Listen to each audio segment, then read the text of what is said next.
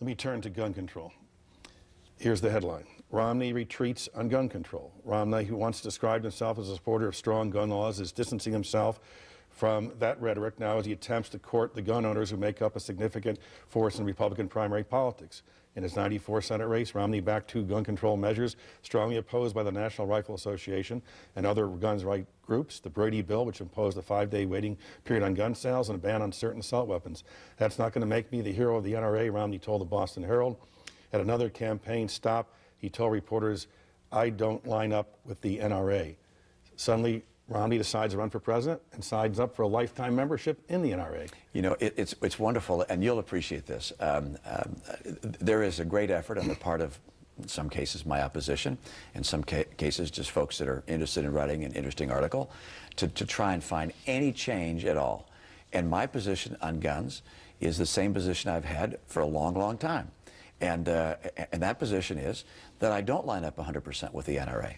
I don't see eye to eye with the NRA in every issue. You're still for the Brady bill? I supported the assault weapon ban. And you're still for it? I signed. I signed. Let me describe it. But you're still for it? Let's describe what it is. I signed. I would have supported the original assault weapon ban. I signed an assault weapon ban in Massachusetts as governor because it provided for a relaxation of licensing requirements for gun owners in Massachusetts, which was a big plus. And so both the pro-gun and anti-gun lobby came together with a bill, and I signed that. And if there is determined to be, from time to time, a weapon of such lethality that it poses a grave risk to our law enforcement personnel, that's something I would consider signing. There's nothing of that nature that's being proposed today in Washington. But I would look at weapons that pose extraordinary lethality. So the assault ban that expired here because Congress didn't act on it, you would support? Just as the president said, he would have signed that bill if it came to his desk, and so would have I. And yet I also was pleased to have the support of the NRA when I ran for governor. I sought it. I seek it now. I'd love to have their support. I believe in the right of Americans to bear arms. How about the Brady bill? The Brady bill has changed over time.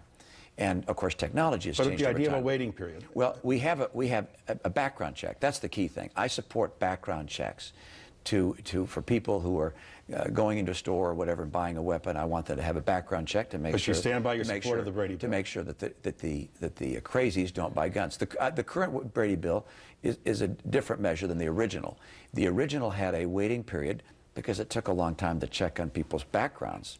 Today, we can check instantly on backgrounds. I don't want to cause a waiting period that's not necessary based upon today's technology.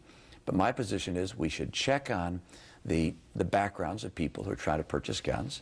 We also should keep weapons of unusual lethality from being on the street.